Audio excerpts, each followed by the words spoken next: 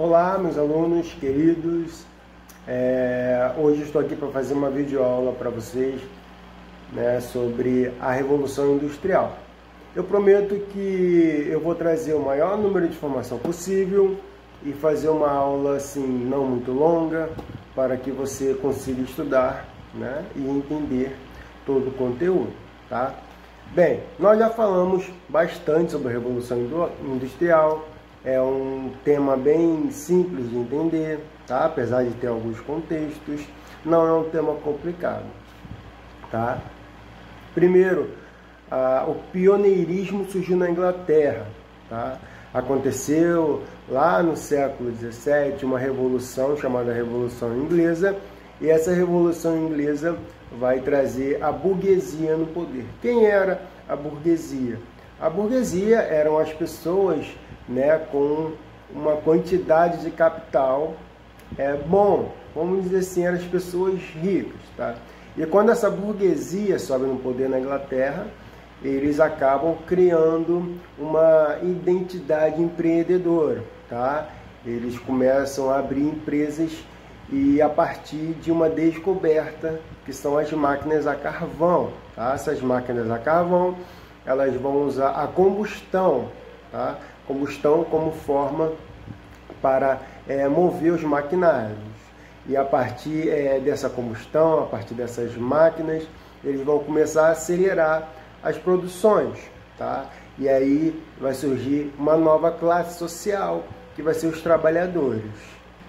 A partir desse contexto, né, de crescimento individual, né, dos cidadãos burgueses, eles começam a acumular metais, a acumular grana, e eles começam a investir essa grana para aumentar suas empresas, e outras pessoas também começam a criar empresas, começam a aumentar esse processo.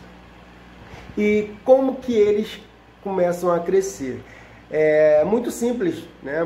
Para um patrão abrir uma empresa e a partir dessa empresa, hoje em dia, ele contratar, porque existe a mão de obra, né? O trabalhador querendo um emprego. Porém, na Inglaterra era um pouco complicado, pelo fato das pessoas estarem no campo, das pessoas terem sua terra, tá? E eles, com o apoio do parlamento, eles acabam achando uma lei para pegar as terras, tá? Eles vão fazer algo chamado o cercamento de terras. Esse cercamento de terras vai ser a tomada da terra das pessoas mais pobres, de baixa renda. E essas pessoas vão ser retiradas das suas terras e a partir daí elas vão ter que sair do campo e ir para as cidades. É aí que entra a mão assalariada, porque se você tem a sua terra, você sai do campo e você tem que ser assalariado, você tem que procurar emprego, né? E aonde tem esses empregos? Nas empresas dos grandes burgueses, tá? Então esse processo vai se chamar cercamento dos campos, quando eles são obrigados a saírem pela burguesia, e também o êxodo rural, né? Falando assim geograficamente, quando eles saem do campo e vão para as cidades. É óbvio que os trabalhadores, né, que vai ser a nova classe que vai surgir, que vão ser os operários, eles vão ficar extremamente satisfeitos com os burgueses. E aí, essas duas classes, elas vão brigar entre si. Primeiro, que os trabalhadores, eles passam a exigir mais direitos. Lembrando que lá no início da Revolução Industrial, os trabalhadores não tinham direitos, tá? Então, o patrão, ele pagava salário, porém esse salário ele era muito baixo. Outra coisa importantíssima também, os trabalhadores, eles não tinham carga horária restrita, tá? Os trabalhadores iam para empresas, eles trabalhavam 12, 13, 14 horas por dia, eles não tinham folga, não tinham férias, eles não tinham direito algum, né? Era o famoso trabalhador liberal, em que o patrão falava, ó, vou te pagar quanto eu quero, se você quer, quer, se você não quer, tudo bem. A partir daí vai surgir, né, a luta de classes, onde os operários, eles vão começar a reclamar com os patrões sobre esse processo que eles vão se sentir, né, injustiçados, e a partir daí também vai surgir algumas revoluções, algumas brigas que já não vem ao caso. O nosso caso hoje é focar na Revolução Industrial. Então, nós temos aí, até hoje, praticamente 4 fases, mas as mais importantes são as 3 primeiras fases, tá? Em relação ao processo. O que são essas fases? Essas fases, os historiadores dividiram elas para nós estudarmos de melhor forma, mais tranquilo, para nós entendermos esses processos.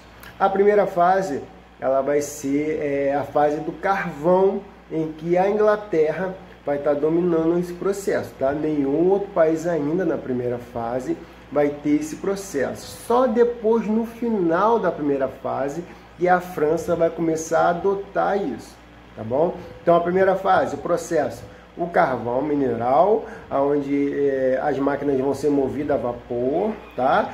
E a Inglaterra e a França estarão aí dominando esse território.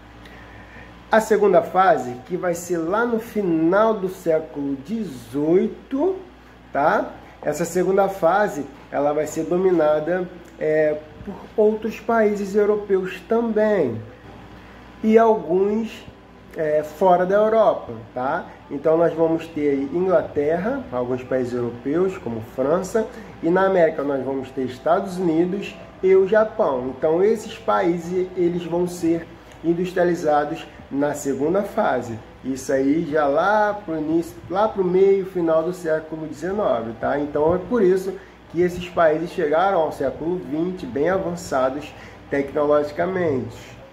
A forma de produção, né, e de maquinário já não vai ser mais o carvão. A partir daí eles irão usar o que? O petróleo, tá? Então o petróleo, ele vai ser a fonte que alimenta as máquinas. Hoje nós sabemos que o que alimenta as máquinas é mais a eletricidade. Então é um processo bem mais simples. Porém, eles tinham que procurar petróleo. E como que eles faziam isso? Dominando alguns países do Oriente Médio, alguns países da África, para pegar esse petróleo.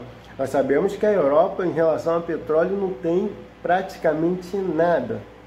Países como o Brasil, hoje, né, temos no mar o pré-sal, mas assim, na África e no Oriente Médio, petróleo tem muito.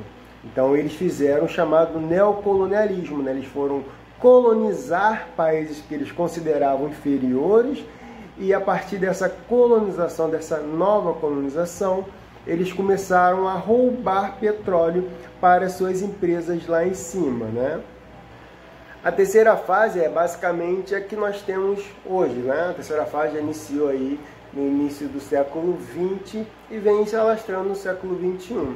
A terceira fase é basicamente a fase das tecnologias, a fase do consumismo, onde hoje nós temos a necessidade de consumir. Por exemplo, hoje nós temos aí televisões, nós temos celulares, desse que eu estou gravando, e mesmo que você tenha um celular bom, você vai querer comprar um celular melhor ainda, porque nós estamos na era do consumismo, né? De consumir o que é melhor.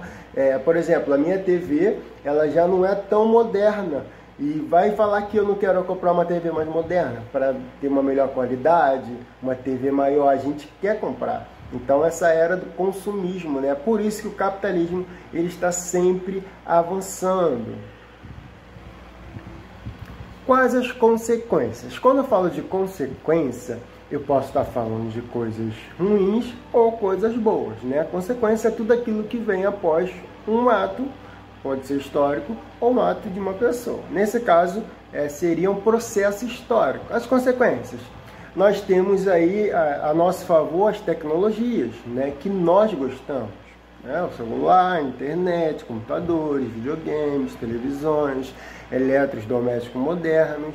E as coisas ruins, né? As fábricas, elas trazem poluição ambiental, as fábricas, elas trazem vários malefícios à nossa saúde. Então existem várias coisas que vieram após a Revolução Industrial, tá?